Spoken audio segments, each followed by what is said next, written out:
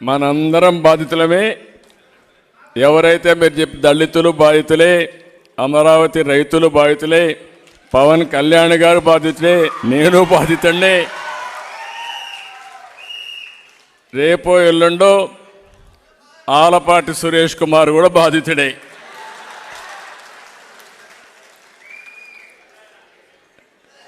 గౌరవనీయులు జనసేన అధినేత పవన్ కళ్యాణ్ గారు, సభాధ్యక్షులు గౌరవనీయులు ఆర్వి రామారావు గారు, సిపిఐ జనరల్ సెక్రటరీ గౌరవనీయులు రామకృష్ణ గారు, అమరావతి ఉద్యమానికి అధ్యక్షులు, రాష్ట్ర ఉద్యమ అధ్యక్షులు శివారెడ్డి గారు,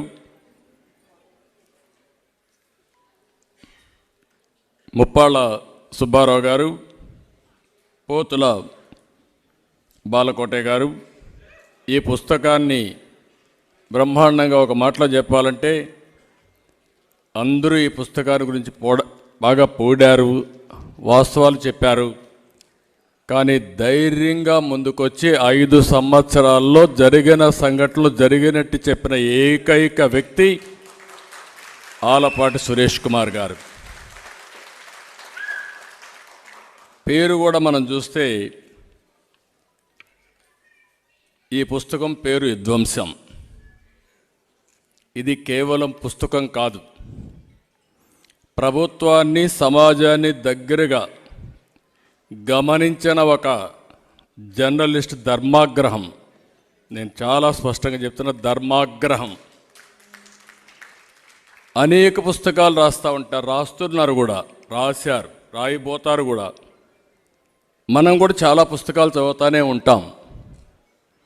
కానీ సమాజ పోకడలపై, విప్లవాలపై, ఉద్యమాలపై పుస్తకాలు రాయడం మనం చూసాం. కానీ దేశ చరిత్రలో తొలిసారి పాలనపై విధ్వంసం అనే పుస్తకం రావడం 40 సంవత్సరాలుగా మొట్టమొదటిసారిగా నేను చూస్తున్నాను. ఒక ప్రభుత్వం, ఒక పాలకుడు రాష్ట్రాన్ని ఎలా విధ్వంసం చేయగలుగుతాడో చెప్తూ ఈ పుస్తకాన్ని రాశారు. ప్రభుత్వం టెర్రరిజంపై చైతన్యపరిచేందుకు సురేష్ గారు ఈ పుస్తకం తేవడం చాలా ఆనందం, అభినందనీయం. ఈరోజు మీరు చూస్తే 19 నుంచి జరిగిన విధ్వంసంపై, అప్రజాస్వామ్య పోకడలపై, దారుణాలపై అన్ని సంఘటనల్ని ప్రస్తావించూ ఎంతో చక్కగా ఈ పుస్తకాన్ని రాశారు. మరొక్కసారి చాలామంది చేయలేని పని ఒక రచయితగా ఆలపాటి సురేష్ కుమార్ గారు చేయడం చాలా గర్వించదగ్గ విషయం. మనందరం కూడా వారికి ఇవ్వగలిగింది అభినందనలు. గట్టిగా చప్పట్లు కూడా అందరూ అభినందించాల్సిందిగా కోరుతున్నాం. ఒక జర్నలిస్ట్గా సమాజాన్ని విభిన్న కోణాల్లో చూస్తారు. నేను రాజకీయ నాయకుడిగా రాజకీయంగా చూస్తాను, ఇంకొక నాయకుడు ఇంకొక విధంగా చూస్తారు. జర్నలిస్ట్ అయితే విభిన్న కోణాల్లో చూసే వ్యక్తి సురేష్ గారు. రాష్ట్రంలో ఉన్న పరిస్థితి ఇక్కడ లేడు, ఆయన హైదరాబాద్లో ఉంటాడు. కానీ ఇక్కడ జరిగిన పరిస్థితిని చలించి తెగించి ఆయన పుస్తకాన్ని రాశాడు. ప్రజలు ఎంతగానో నమ్మి గెలిపించిన ఈ ప్రభుత్వం ఏం చేసింది, ఎలా వంచింది, ప్రజల జీవితాలను, వ్యవస్థలను ఎలా చిన్నాభిన్నం చేసిందో చాలా చక్కగా ఈ పుస్తకంలో వివరించారు. సమాజంపై బాధ్యతతో, రాష్ట్ర దుస్థితిని చూసి బాధతో రాశారు. వారి చూస్తే నా మనసులో ఏముందో అది చాలా స్పష్టంగా, నా మనసులోనే కాదు 5 కోట్ల తెలుగు ప్రజల మనసులో ఏముందో దాన్ని స్పష్టంగా రాసిన వ్యక్తి ఆలపాటి సురేష్ గారు. ఒక నియంత పాలనలో ప్రజాస్వామ్యం విధ్వంసం అయింది. రివర్స్ పాలనలో రాష్ట్ర ప్రభుత్వం, రాష్ట్ర భవిష్యత్తు విధ్వంసమైంది. సైకో పాలనలో మన బిడ్డల భవిష్యత్తు విధ్వంసం అయింది. నమ్మి అధికారాన్ని ఇచ్చినందుకు ప్రజల ఆశలు, ఆకాంక్షలు విధ్వంసమయ్యాయి. బీసీలు, దళితులు, మైనారిటీల ఆత్మగౌరవం ధ్వంసానికి గురైంది. ఇవన్నీ చూసి సురేష్ ఈ పుస్తకాన్ని తీసుకొచ్చారు. ఒక మాటలో చెప్తున్నా, ఈ 5 ఏళ్లలో రాష్ట్ర భవిష్యత్తు విధ్వంసమైంది, భావితరాల భవిష్యత్తు విధ్వంసమైంది. ఈ విషయాన్ని మనందరం గుర్తుపెట్టుకోవాల్సిన అవసరం ఉంది. ఒక బ్రాండ్ దెబ్బతింటే ఆ రాష్ట్రం ఏదైనా చూడండి, మీరు ఒక వ్యక్తి కానీ, ఒక సంస్థ కానీ, ఒక రాష్ట్రం కానీ బ్రాండ్ దెబ్బతింటే మళ్ళీ దాన్ని రివైవ్ చేయాలంటే చాలా సమయం పడుతుంది. అలాంటి విధ్వంసం జరిగిందని చాలా స్పష్టంగా వారు చెప్పగలిగారు. 185 అంశాలు ఆ సంఘటనల్ని వారు ఎంత బాగా తీసుకొచ్చారంటే అంత బాగా తీసుకొచ్చారు. ఒక రాష్ట్ర ముఖ్యమంత్రిని ప్రజలు సైకో అని పిలుస్తారంటే పరిస్థితి అందరం అర్థం చేసుకోవాల్సిన అవసరం ఉంది. ఒక్కసారి తిట్టచ్చు, కోపంలో మాట్లాడచ్చు, పదే పదే నష్టం జరిగిన ప్రతి ఒక్క వ్యక్తి కూడా సైకో సైకో అని చెప్పారంటే అందులో ఎంత యథార్థం ఉందో ఒక సంఘటన. సురేష్ గారిని ఇంకొకదానికి అభినందిస్తున్నా. ఒక వ్యక్తి విధ్వంసం చేసినప్పుడు ప్రజలకు భావితరాలకు గుర్తుండే విధంగా ఆయన రాసిన పుస్తకాన్ని అమరావతి కోసం పోరాడే మహిళలకు అంకితం చేయడం, రైతు మహిళలకు అంకితం చేయడం ఆయన నిజాయితీకి అద్దం పడుతుంది. రాష్ట్రంలో ఉండే ప్రజలందరూ అర్థం చేసుకోవాల్సిన అవసరం ఉంది. దేశంలో ప్రపంచంలో ఉండే ప్రతి ఒక్కరు అర్థం చేసుకోవాల్సిన అవసరం ఉంది. మామూలుగా ఒక ప్రాజెక్టు కట్టాలంటే భూమి ఇవ్వడానికి ఎవరు ముందుకు రారు. ఒక రోడ్డు వేయాలంటే ఆ రోడ్డుకు భూమి ఇవ్వాలంటే ఎవరు ముందుకు రారు. అందుకే అనేక చట్టాలను మార్చిన తర్వాత ఈరోజు మీరు చూస్తే లిబరల్గా కాంపన్సేషన్ ఇచ్చి తద్వారా ల్యాండ్ ఎక్విజిషన్ చేసే పరిస్థితికి వచ్చింది. దానికి భిన్నంగా 29,000 మంది రైతులు 35,000 ఎకరాలు భూమి స్వచ్ఛందంగా ల్యాండ్ పూలింగ్లో ₹1 తీసుకోకుండా ఇచ్చారంటే అది ఇక్కడుండే ఒక విధంగా చెప్పాలంటే త్యాగం. ఎందుకు ఆ మాట అన్నానంటే ఆ రోజు ఇలాంటి దుర్మార్గుడు వస్తారు, మళ్ళా మా భూములు పోతాయి, మాకు కష్టాలు వస్తాయనుకుంటే ఆ రోజే మీరు నాకు నమస్కారం పెట్టి మా జోలుకు రావద్దని ఆ రోజే చెప్పేవాళ్ళు.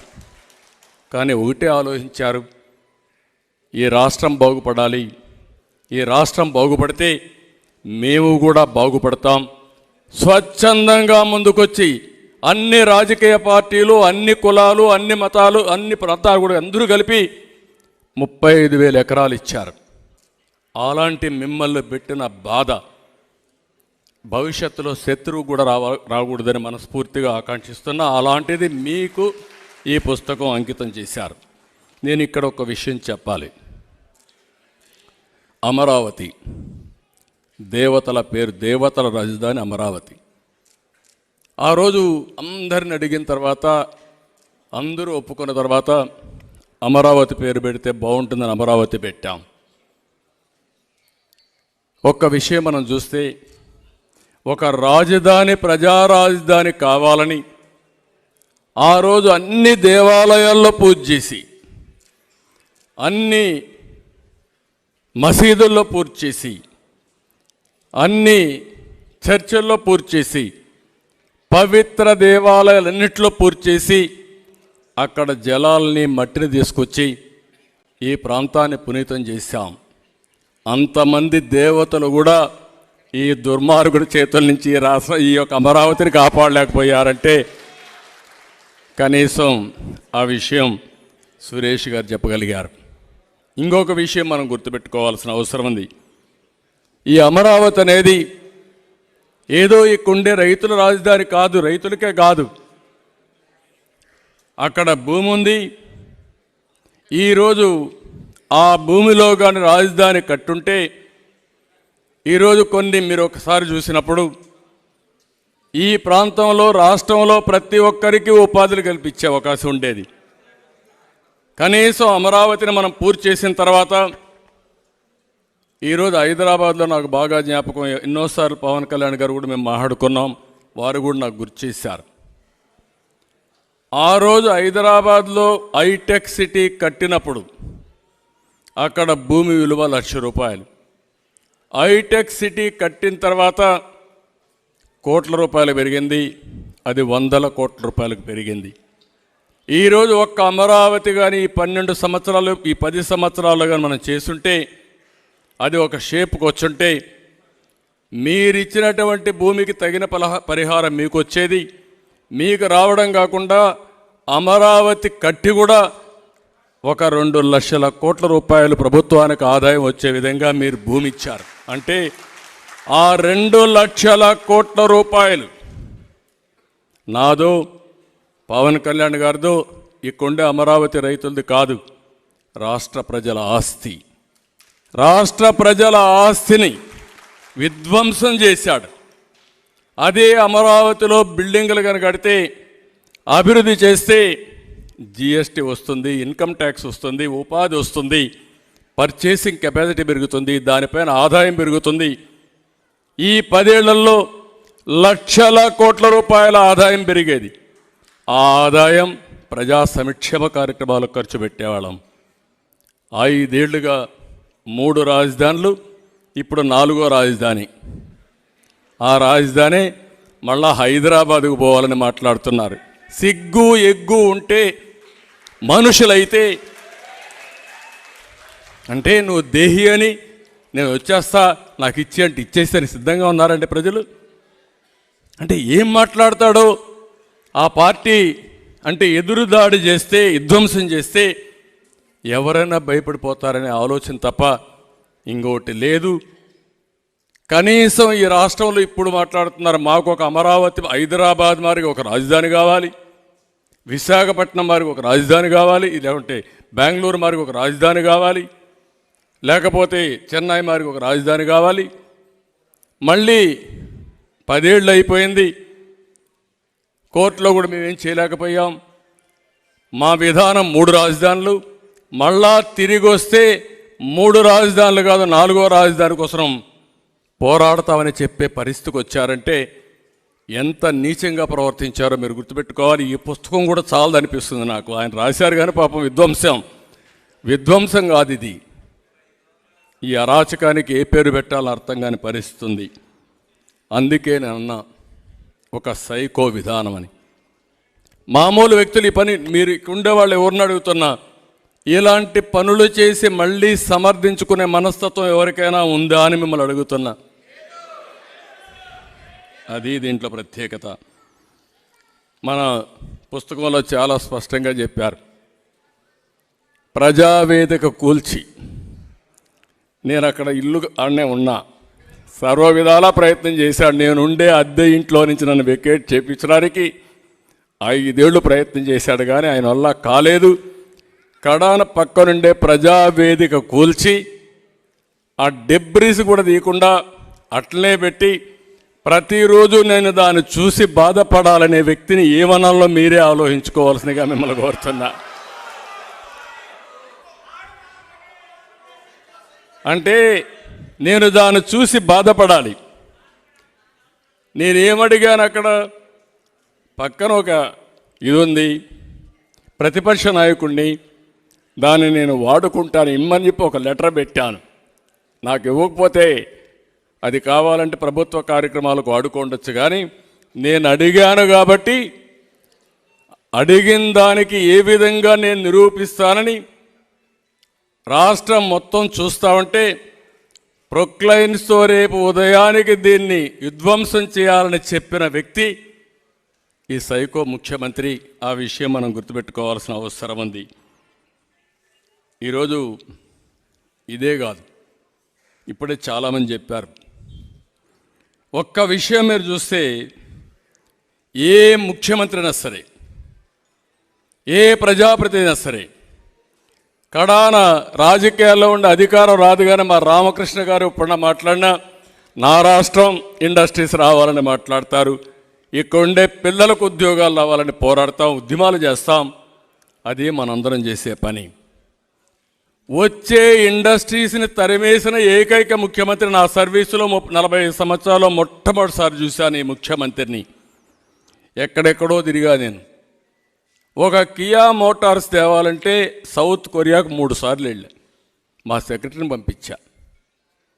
వాళ్ళందరికీ అవన్నీ చెప్పి ఏమేమి ఇస్తామో పోటీలో చెప్పిన తర్వాత వాళ్ళు వస్తే కియా మోటార్స్ పెడితే చిత్తూరు జిల్లాలోనే ఇండస్ట్రీ పెట్టాలి, నా జన్మభూమి రుణం తీర్చుకోవాలని, నా గడ్డ మీద ఇండస్ట్రీ పెట్టి నా వాళ్ళకు ఉద్యోగాలు ఇవ్వాలని అమర్ రాజా బ్యాటరీస్ అక్కడ ఇండస్ట్రీ పెడితే వేధించి అమర్ రాజా బ్యాటరీస్ తెలంగాణకు పారిపోయాడికి జగిలిగాడంటే ఎంత దుర్మార్గుడో మీరు అర్థం చేసుకోవాలి. కడాన అమర్ రాజా బ్యాటరీస్ ఇక్కడే మీ ఎంపీనే